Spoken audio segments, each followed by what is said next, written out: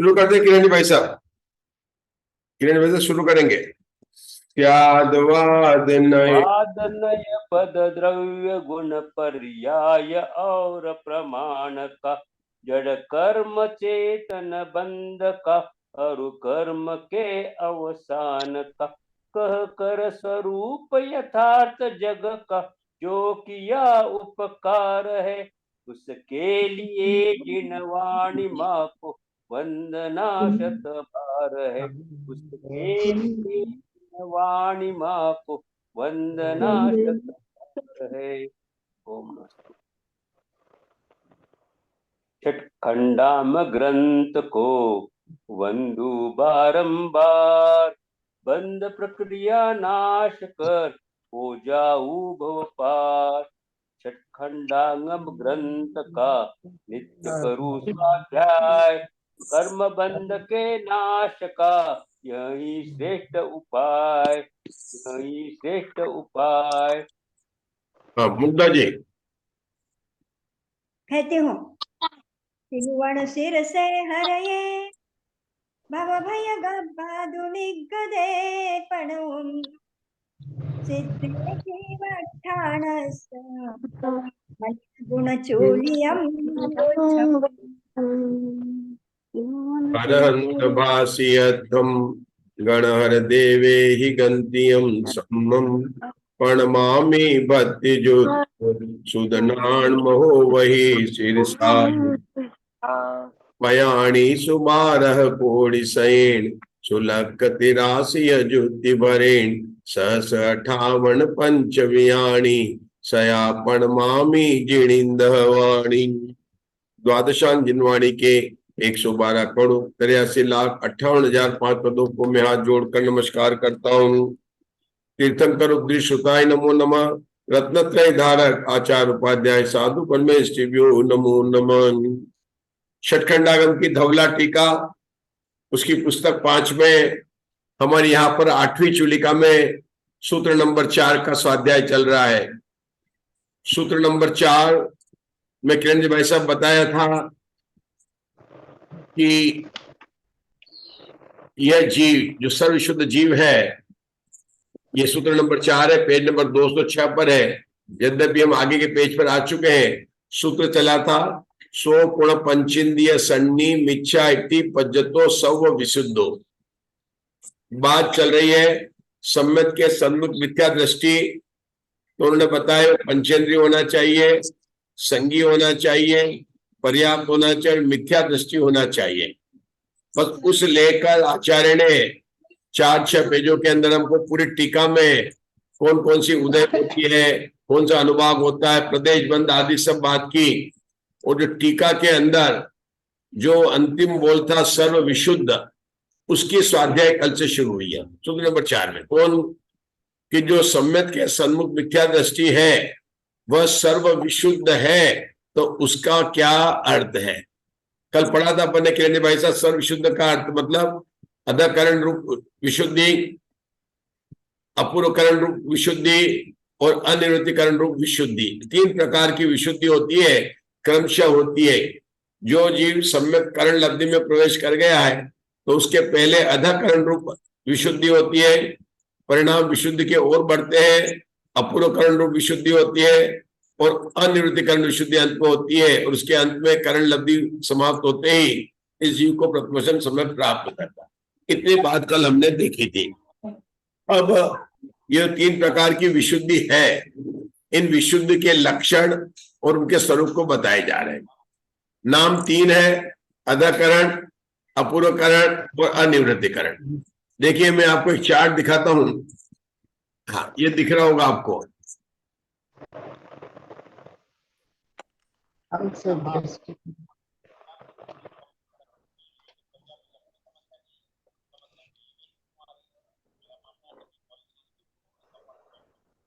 ये समझाने के लिए, ये जो है अपनी जो समदृष्टि बनी उस बुक में वो नहीं है। अपन ने क्या उदाहरण लिया यहाँ पर कि अधकरण, अपूर्वकरण और निवृत्तिकरण। अधकरण का वास्तव में जितना काल है उससे संख्यात्मक भाग काल अपूर्वकरण का है, उससे भी काल छोटा अनिवृत्तिकरण का है। हम जब अपनी कैलकुलेशन करेंगे जो आचार्य वीरसेन अग्रणी ने दी है, अधकरण का काल 16 समय, अपूर्वकरण का काल 8 समय, अनिरुद्धकरण का काल 4 समय माना। ये जो प्रश्न है ये इसमें मैंने सभी के काल 4-4 मान लिए हैं, केवल एक सरलता से समझने के लिए। इसको समझने के लिए हमारे पास में आती है एक शब्द आता अनुप्रस्थ रचना, उपरितन समयवर्ती, अध्यसन समयवर्ती, अभिन्न समयवर्ती, भिन्न समयवर्ती, सदृश परिणाम और विसदृश परिणाम। जब इनका स्वाध्याय करेंगे तो ये सब बातें वहां पर आने वाली शब्द आने वाले हैं। तो हमने इसको चार्ट में पहले फिर से एक बार रिवाइज करते कल बात की थी। अधकरण, अपूर्वकरण और अनिवृत्तिकरण, ये विशुद्धि जो हम बात कर रहे हो नाना जीव की अपेक्षा से बात कर रहे हैं। एक जीव की अपेक्षा तो अधकरण के पहले समय से जब तक करण लब्धि का अंत में, तो उसके परिणाम बढ़ते ही बढ़ते बढ़ते विशुद्ध विशुद्ध होते जाएंगे। नाना जीव की से बात करेंगे तो अधकरण के अंदर क्या बताया कि जो नीचे के समयवर्ती जीवों के परिणाम है वे ऊपर के समयवर्ती परिणामों के सदृश भी होते हैं और विसदृश भी होते हैं। लेकिन अपूर्वकरण में ऐसा नहीं होता है। अपूर्वकरण में नीचे के समय के परिवर्तन से ऊपर के समय के परिवर्तन असमान ही होते हैं, असदृश ही होते हैं, भिन्न ही होते हैं। नीचे के समय को उपरितन, नीचे के समय को अधस्तन समयवर्ती, ऊपर के समय को उपरितन समयवर्ती कहा जाता है, या दोनों को कहना हो तो भिन्न समयवर्ती कहा जाता है। और एक ही समय में बात करेंगे तो उसको कहेंगे अभिन्न समयवर्ती। परिणामों कैसे बढ़ती होती है ये इस चार्ट में हमने बताया कि जैसे अधकरण के पहले समय में किरण जी भाई साहब 1 से 10 नंबर का परिणाम हुआ, दूसरे में 8 से 15 नंबर का, तीसरे में 12 से 20 का, चौथे में 8 से 25 का। तो क्या हो रहा है, पहले और दूसरे में 8 नंबर, 9 नंबर, 10 नंबर का परिणाम तो समान है, लेकिन 11 से लेकर 15 के नंबर के परिणाम असमान है। मधु जी ग्वालियर दूसरे और तीसरे में क्या अंतर है कि 12 नंबर, 13 नंबर, 14 नंबर, 15 नंबर का दूसरे नंबर का जो परिणाम है वह तीसरे समय में भी पाया जाता है। मुग्धा जी आप बताएंगे तीसरे चौथे में क्या बराबर हो रहा है? 12 से 20 बोला और 18 से 25 बोला। 12, 13, 14, 15, 16, 17, 18 ये समान है? नहीं, समान नहीं है। ओनली 18, 19 और 20 समान है, क्यों 18, 19 में तीसरे में भी है और चौथे समय में भी है, लेकिन 21 से 25 वाले असमान है। अपन तीसरे चौथे में कंपेयर कर रहे हैं तो बराबर। लेकिन कुसुम जी अपूर्वकरण में क्या देख रहे हैं अपन कि पहले समय के अंदर यहाँ पर 30 से 40 हुए, कितने 30 to 40 परिणाम हुए, लेकिन सेकंड समय क्या हुआ, न्यू परिणाम हुए 41 से 65। तो एक भी परिणाम नीचे के समय का जो है यहाँ ऊपर नहीं है, वे सारे परिणाम नए हैं। तीसरे में क्या हुआ 60 से 95 हुए, चौथे में क्या हुआ 90 से 135 हुए। तो अपूर्वकरण में पहले समय से दूसरे समय के परिणाम देखो, कोई मिलता है मधु जी वाले? कोई नहीं मिलता, सब अपूर्व अपूर्व ही है। इसलिए यहाँ पर अनुकृष्टि की रचना नहीं होती है। लेकिन यहाँ पर अनुकृष्टि की रचना क्यों होती है कि यहाँ पर नीचे के समय के परिणाम ऊपर के समयवर्ती में पाए जाते हैं, इसलिए यहाँ पर अनुकृष्टि की रचना होती है। हमने ये भी देख लिया। अब बात क्या चल रही है यहाँ पर, कल जब हमने बात की थी कि अपूर्वकरण में जो नीचे के समय के परिणाम है ऊपर के समय के परिणाम की समानता पाई जाती है, वो पूरे अधकरण के काल में नहीं पाई जाती है, कुछ संख्यात काल तक पाई जाती है, बाद में वो रुक जाती है। वो मान लो अपने 4 माना तो 4 समय तक अपूर्वकरण के अपने टोटल समय कितने माने? 16 माने हैं। अधकरण अधकरण के 16, अपूर्वकरण के 8 और अनिरुद्धकरण के 4, ये मान के अपन चल रहे हैं। मतलब तो अधकरण के 16 समय में से 4 समय तक नीचे के समय से ऊपर के समय में समानता पाई जाएगी, तो वहां पर अनुकृष्टि बनेगी। अब यहां पर एक शब्द आया था, उसी को जो 4 समय है उसको कहा निर्वर्गणा कांडक का प्रमाण। क्या कहा था? निर्वर्गणा कांडक का प्रमाण। कांडक किसे कहते हैं, वर्गणा किसे कहते हैं? वर्गणा किसे कहते हैं? समानता को वर्गणा कहते हैं। आप लोगों ने बचपन में पढ़ा होगा, एक होता है गोला ट्रायंगल, एक होता है सर्कल, एक होता है स्क्वायर, है ना, और एक होता है रेक्टेंगल। जो स्क्वायर होता है उसको कहते हैं वर्ग, कहते हैं क्या कहते हैं उसको? वर्ग कहते हैं हिंदी में। अंग्रेजी में बोलते हैं स्क्वायर। मतलब उसके आमने सामने के चारों भुजाएं समान है, उसको क्या बोला? वर्ग। याद आया आप लोगों को? वर्ग किसके कहते हैं? जिसकी चारों भुजाएं समान है और उनमें एंगल 90 डिग्री का बनता है। जैसे अपना ये जो विंडो की विंडो बन रही नहीं, ये भी वर्ग ही हो जाएगी, चारों बराबर है। जो ये अपने जूम टीवी की जो विंडो है ना, इसको अपन कह सकते हैं वर्ग है, तो नीचे की साइड बराबर, ये बराबर है। अपन तो हो सकता है थोड़ा आपको ज्यादा लग रहा हो, लेकिन चारों साइड बराबर हो तो उसको क्या बोलेंगे? वर्ग है, समानता। और जो समानता नहीं हो तो उसको रेक्टेंगल बोलेंगे, दूसरा कोई भी बोलते रहेंगे। लेकिन वर्ग का मतलब क्या होता है? समानता। तो वर्गणा का मतलब क्या होता है? समानता। जब हम योगों में समानता पाई जाती है तो योगों की वर्गणा कहते हैं। जब अनुभाग की समानता पाई जाती है तो अनुभाग की वर्गणा कहते हैं। जब प्रदेशों की समानता पाई जाती है तो उसको उसकी वर्गणा कहते हैं। सबकी वर्गणा होती है। शब्द कैसे तैयार हुआ वर्गणा? आशा मेरे सुनने में निर्वर्गणा कांडक आते शब्द ऐसे लगते हैं, लेकिन शब्द वहां से तैयार हुआ वर्ग, मतलब जिसकी सारी भुजाएं समानता होती। तो जहां तक समानता होती है वहां तक समानता है, और जहां पर समानता निकल गई तो उसको निराकार। जैसे आकार, निराकार, निकल गया आकार, जिसका निर्गतो आकार, वो निकल गया। तो जो समानता थी वो निकल गई। तो यहाँ पर जो अनुकृष्टि की रचना में अपन देखेंगे फिर से, जो कल टेबल देख रहे थे, 4 समय तक तो समानता है। किसकी? नीचे के परिणामों की ऊपर के परिणामों के साथ में समानता कहां तक पाई जाती है? 4 समय तक पाई जाती है। उसके बाद में नहीं पाई जाती है। तो 4 समय को निर्वर्गणा कांडा, क्या कहा उसको? निर्वर्गणा। और चूंकि ऊपर नीचे के प्रमाणों में सदृश्यता पाई जाती है, इसलिए अनुकृष्टि की रचना होती है। अब अशोका जी दिल्ली से बताने वाले हैं हमने अभी तक क्या बात की है। आपने अध्ययकरण, अपूर्वकरण और अनिवृत्तिकरण, इनके परिणामों के विषय में बताया कि पहले अध्ययकरण में जो है 1 से 10 के परिणाम होंगे, दूसरे समय नहीं, वो तो एग्जाम्पल वो लेना भी नहीं, वो तो समझाने के लिए बताया था। अनुकृष्टि और निर्वर्गणा कांडक के बारे में मैंने क्या बताया? उसके बाद में आपने वर्गणा के लिए बताया कि समानता को वर्गणा कहते हैं। उसके जो है चारों भुजाएं जो उसकी समान होंगी तो वो वर्ग होगा, तो वर्गणा होगी। और उसके बाद फिर आपने इसके निर्वर्गणा कांडक के विषय में बताया कि वो निर्वर्गणा कांडक होंगे चारों जो समान होंगे। तो ठीक है, चलो। तो ये यहाँ पर जो पद आया था सब इतने चौथे सूत्र में, वो आया था 206 पेज पर, और हम आ गए इस सूत्र की व्याख्या करते हुए। अब आया यहाँ पर कौन सा पेज आ गया? 214 पेज आ गया। मतलब 214 पेज 6 में जो सूत्र था उसकी व्याख्या यहाँ पर शुद्ध की है। और अपने ने कल बताया था यहाँ पर कि निर्वर्गणा कांडक की अपनी बात चल रही थी। हाँ, ये दूसरा पैराग्राफ कल किरण जी भाई साहब ने पढ़ा था। आज फिर पढ़ते हैं किरण जी भाई साहब। इस प्रकार अध प्रवर्तन करण काल के, जो कल आपने पढ़ा था, ये पेज नंबर है 215 का, 215 का।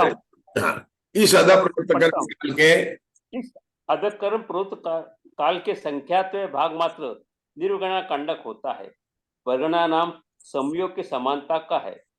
उस समानता से रहित अपरितन समयवर्ती परिणामों को खंडकों के कांडक या पर्व को निर्वर्गणा कांडक कहते हैं। रुकेंगे, कांडक कहो, पर्व कहो, समूह कहो, एक ही बात है, समय के समूह को कह दो। क्या बोल रहे हैं? अध प्रवर्तन करण काल के संख्यात में भाग। अध प्रवर्तन करण का काल है 16 समय, उसका संख्यात में अपन ने भाग दे दिया 4 का, तो कितना हो गया? 4 समय आ गए, तो हो गया निर्वर्गणा कांडक। अब 4 समय में क्या होगा कि नीचे के परिणाम के ऊपर के परिणामों में समानता पाई जाएगी। उस समानता से रहित, मतलब चौथे के बाद में जब समाप्त हो जाएगी तो उतने 4 समय को क्या कर निर्वर्गणा कांडक कहते हैं। अब आगे पढ़ना, उस किरण भाई साहब, उस निर्वर्गणा कांडक में जितने समय होते हैं उतने मात्र खंड सर्व समयवर्ती परिणामों का पंक्तियों के करना चाहिए। रुकेंगे, रुक एक एक लाइन चलेंगे आज, जो थोड़ा धीरे धीरे चलेंगे। जितने समय, मतलब पहले समय में 162 है और निर्वर्गणा कांडक 4 है, तो 162 के 4 खंड करेंगे, 39, 40, 41 और 42। क्या बोल रहे हैं? निर्वर्गणा कांडक में जितने समय होते हैं, 4 समय निर्वर्गणा कांडक है, क्योंकि नीचे के समय की परिणाम की जो समानता है, सदृश्यता 4 समय तक पाई जाती है। तो जो पहले समय में 162 है उसके हमने किए 4 खंड।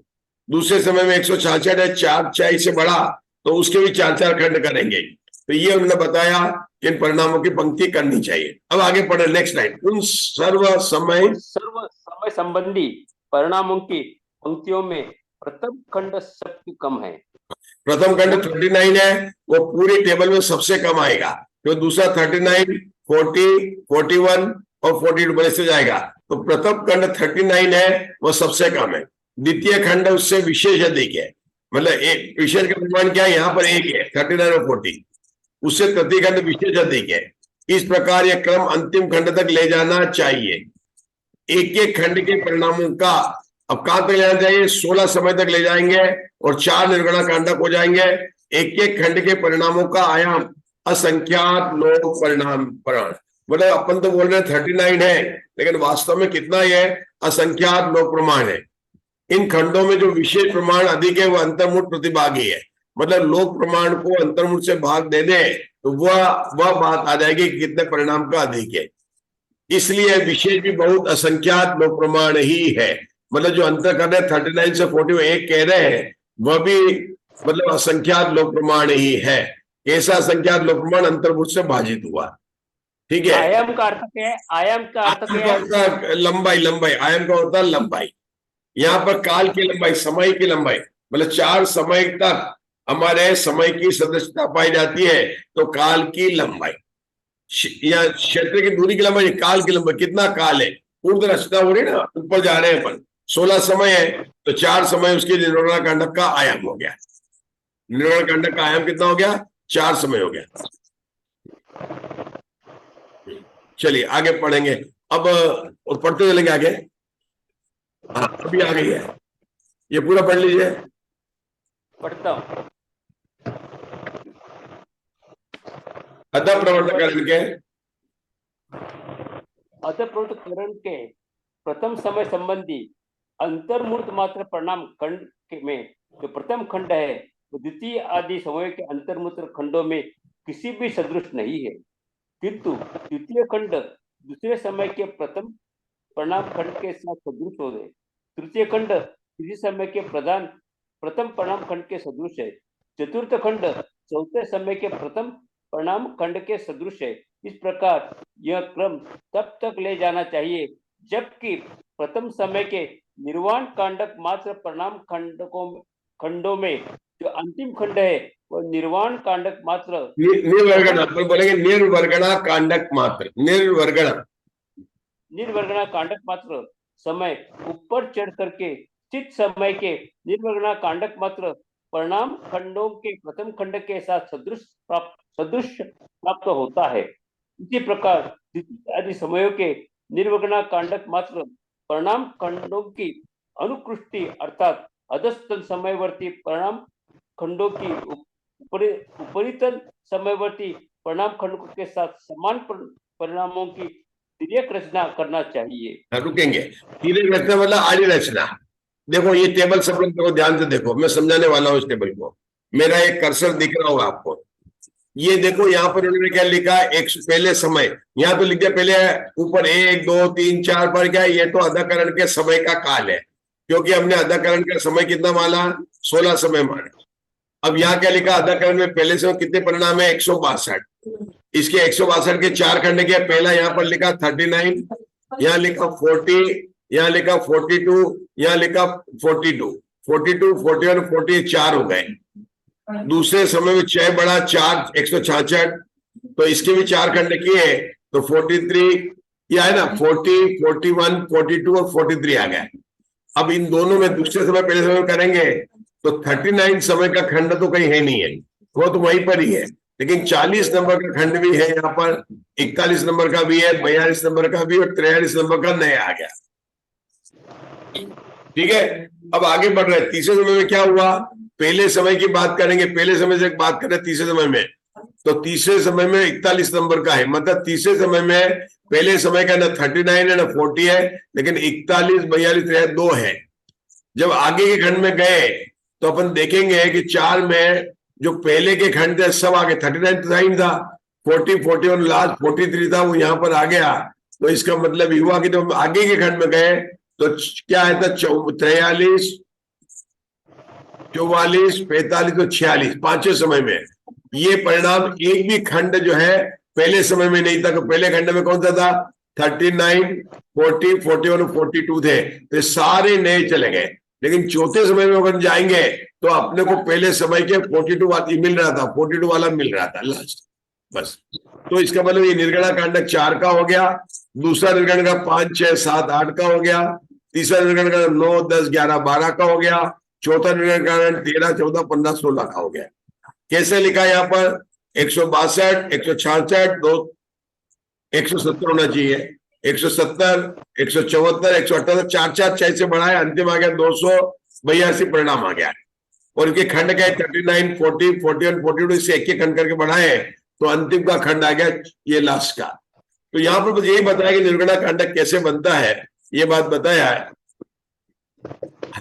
अब इसके बाद में आगे पढ़ना है। उसके बाद 1 मिनट का हम रेस्ट लेते हैं। और हमने यहाँ पर सिर्फ इतना ही बताया है कि अधकरण के अंदर अनुकृष्टि की रचना होती है। अनुकृष्टि की रचना क्यों होती है? कि नीचे के समय के परिणाम ऊपर के समय के परिणाम के साथ में मिलते, समानता को रखते हैं। लेकिन ये समानता पूरे अधकरण के काल में नहीं होती है, कुछ समय तक होती है, फिर बाद में बदल जाती है। जैसे हमने देखा 4 समय तक पहले समय के कुछ परिणाम मिल रहे हैं, लेकिन आगे फिर बाद में एक भी नहीं मिल रहे हैं। तो 4 समय वाला निर्गणा कांडक है। जितना निर्गणा कांडक है उतने ही हमने प्रथम समय के जो परिणाम थे 162, दूसरे नंबर के परिणाम थे 166, तीसरे नंबर के परिणाम थे 170। आप लोगों के पास पुस्तक है। इस प्रकार से 4 बढ़ाते बढ़े 222 तक गए और उनके 4 खंड करते गए और उनके 4 निर्गणा कांडक की बात आई है। थोड़ा बहुत समझ में आया होगा, क्योंकि मैंने कल भी समझा था, आज भी समझा था।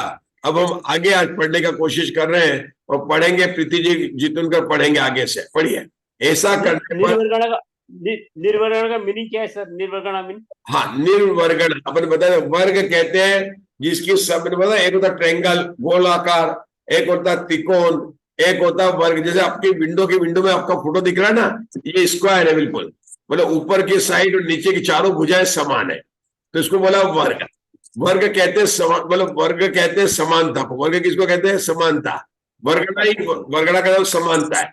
अब ये समानता कई प्रकार है। हमारी विंडो में जो भुजा, उसमें भुजाओं की समानता, ऊपर की लाइन नीचे की लाइन बराबर है, आड़ी की लाइन है। हम यहाँ पर समानता बात कर रहे हैं, उनके परिणामों की समानता की बात कर रहे हैं। नीचे के ऊपर परिणाम समानता करते हैं। कभी कभी किरणी भाई साहब जिनवाणी में योगों की समानता कहते हैं, तो वहां बोलते हैं योगों की वर्गणा। जब अनुभाग की समानता कहेंगे तो अनुभाग की वर्गणा। जब प्रदेशों की समानता आएगी तो प्रदेशों की वर्गणा। मतलब वर्गणा कहते हैं समानता को, और जिसमें समानता निकल गई है उसको बोलते हैं निर्वर्गणा। वर्गणा कहते हैं समानता को, और निकल गई समानता। यहां समानता क्या निकल गई कि पहले समय का जो परिणाम है वो चारों परिणाम से, चौथे समय में तो कुछ परिणाम है लेकिन पांचवें समय में एक भी परिणाम नहीं है, तो 4 समय का एक निर्वर्गणा कांडक हो गया। समझ में आया? जय श्री श्राव समझ आया? तो मेरा अश्वमेन को आ रहा समझ में? प्रीति जी को? हाँ, ये शब्द हमने प्रयास किया आपको समझाने के लिए। कम से कम तो ये 2 बात तो पता चल गई कि निर्वर्गणा कांडक ने तो उसको पढ़ को शब्दों को ऐसा लगता है कि कोई जापान में बोल रहा है कि तमिलनाडु में बोल रहा है, ऐसा लगता है। निर्वर्गणा कांडक ऐसा लगता था वो, लेकिन आज। और अनुकृष्टि किसे कहते हैं? नीचे के परिणाम और ऊपर के परिणाम में सदस्यता पाई जाती है तो उसको कहते हैं अनुकृष्टि, मतलब नीचे से ऊपर के परिणाम होते हैं। ये 2 शब्द अपन ने आज पढ़े और उसको समझने का भी प्रयास किया। अब प्रीति जितूंगा आगे का पैराग्राफ पढ़ना आपको। हाँ, ऐसा करने पर विचर्मादि अधस्तन समयों के प्रथम खंडों को छोड़कर उनके द्वितीयादि परिणाम खंड पुनरुक्त अर्थात सदृश हो जाते हैं और अंतिम समय के सभी परिणाम खंड अनुपुरुक्त अर्थात असदृश हो जाते हैं, क्योंकि सभी समयों के प्रथम परिणाम खंडों के साथ सदृशता का अभाव है। मतलब प्रथम खंड में 39, 40, 41, 42 थे। आप 5 समय में देखें एक भी परिणाम का सदृशता का अभाव है, तो वहां पर वो बात समाप्त हो गई। आगे पढ़ो। इन पूर्वोक्त अध प्रवृत्त लक्षण वाली विशुद्धियों की अधप्रवृत्त करण यह संज्ञा है, क्योंकि उपरितम समयवर्ती परिणाम अधः अर्थात अधस्थ समयवर्ती परिणामों के में समानता को प्राप्त होते हैं, इसलिए अधः प्रवृत्त यह संज्ञा सार्थक है। कुसुमांटी अधोलोक क्या बोलते हैं? अधोलोक मतलब नीचे, अधोलोक यहाँ अधा प्रवर्त मतलब नीचे और ऊपर के परिणामों में समानता है, जहां पर समानता पाई जाती है, इसलिए इस करण का नाम क्या पड़ा? अधा प्रवर्त नाम पड़ा। ठीक है, चलिए आशा बहन अब पढ़िए, संख्या बोल रहे हैं, आशा बहन आगे पढ़िए। शंका परिणामों की करण यह संज्ञा कैसे हुई? यह कोई दोष नहीं, क्योंकि असी तलवार और वसी वसूला के समान साधकतम भाव की विवक्षा में परिणामों के करण पना पाया जाता है। क्या मतलब हुआ? सिद्ध चक्र विधान की पहली विधा जय करण कृपाण, करण रूपी कृपाण को लेकर सिद्ध चक्र विधान की पहली पूजा की जयमाला की लाइन में है ना कि करण रूपी कृपाण को लेकर, है ना, सिद्ध भगवान ने क्या किया था? मिथ्या रूपी राजा के ऊपर प्रहार किया। पहली जयमाला देखना, सिद्ध चक्र विधान की पहली पूजा। तो करण का कृपाण किसको? करण को, किस तलवार को कहा कि तलवार काहे के लिए सहायता है? कि उसको, उसका साधन है। काहे के साधन है? मिथ्या रूपी शत्रु को जीतने का साधन है। इसीलिए करण को क्या होता है? करण कारक। कर्ता ने कर्म को करण कारक, करण किसको कहते हैं? साधन को कहते हैं। तो वो मिथ्या रूपी जीतने के लिए कौन साधन है? करण रूपी तलवार साधन है। तो उन्होंने कहा संज्ञा हो गई है, इसको बोलते हैं साधन बोलते हैं। तो कौन से साधन है? अच्छा, तलवार काय को, करण रूपी तलवार काय की बनी हुई है? वो जीवों के विशुद्ध परिणामों की बनी हुई। काय बनी है? जीवों के परिणाम है, वो लोहे की नहीं बनी हुई है। वो जिससे मिथ्यात्व करता है वह करण रूपी तलवार जीव के विशुद्ध परिणामों से बनी हुई है, उससे करता है। तो आचार्य बोला इसलिए उसकी करण की संज्ञा। कर्ण बहुत बोलते हैं, करण जो है इसको इंद्रियों को भी बोलते हैं, करण कान को भी बोलते हैं, करण महाभारत के करण को भी बोलते हैं, करण अंग्रेजी में गणित के सूत्रों को भी करण बोलते हैं। यहाँ पर करण परिणामों की संख्या दी है, क्योंकि तलवार के समान साधन है। काय के लिए? विशुद्धि में बढ़ रही है और पाप कर्मों को नष्ट करने में हो रहे हैं। ये बात अभी आशा बहन ने पढ़ी। चलिए आगे पढ़िए, एक शंका पढ़िए आशा बहन। शंका मिथ्या दृष्टि आदि जीवों के अधस्तन स्थिति बंधादि परिणाम उपरिम परिणामों में और उपरिम स्थिति बंधादि परिणाम अधस्तन परिणामों में अनुकरण करते हैं, अर्थात परस्पर समानता को प्राप्त होते हैं। इसीलिए उनके परिणामों की अध प्रवृत्ति संज्ञा क्यों नहीं की? अपनी बात चल रही थी अधकरण में, सम्यक के सन्मुख करण लब्धि में बैठा है, उसकी बात करेंगे विशुद्ध का, और अपने अधकरण की परिणाम है। वो कहते हैं तो मिथ्या दृष्टि को देखते हैं, कभी उसके परिणाम कम होते हैं। तो समाधान पढ़िए, क्या लिखते हैं?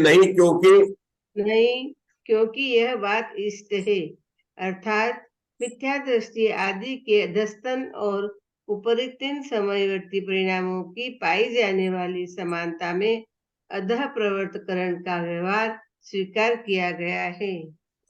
बोले उसने कहा अधस्तर स्थिति बंधादि परिणाम और ऊपरी परिणाम, एक तो परिणाम लिया और ऊपरी स्थिति आदि परिणाम में अनुकरण करते हैं। तो यहाँ पर बताया कि नहीं, यहाँ पर अधः प्रवर्त वाली बात यहाँ पर आ रही है, वहां पर अपन नहीं लेंगे इसको। शंकाकांड ने पूछा था। चलिए, यह कैसे जाना जाता है? अभी छोड़ा नहीं शंकाकांड ने। शंका यह कैसे जाना जाता है? क्योंकि अधः प्रवर्त यह नाम अंतदीपक है, इसीलिए प्रथमोपम सम्यक्त होने के पूर्व तक मिथ्या दृष्टि आदि के पूर्वोत्तर समयवर्ती परिणामों में जो सदृशता पाई जाती है उसकी अधः प्रवर्त संज्ञा का सूचक है। रुकेंगे, इसको मैं समझाऊंगा, अपना समय हो चुका है। इसको अगले सेशन में हम समझाएंगे कि यहाँ पर एक शब्द है अंतदीपक, मतलब अधकरण जैसे कैसे अंतदीपक है कि मिथ्या दृष्टि के परिणाम में ऊपर नीचे समानता पाई जाती है।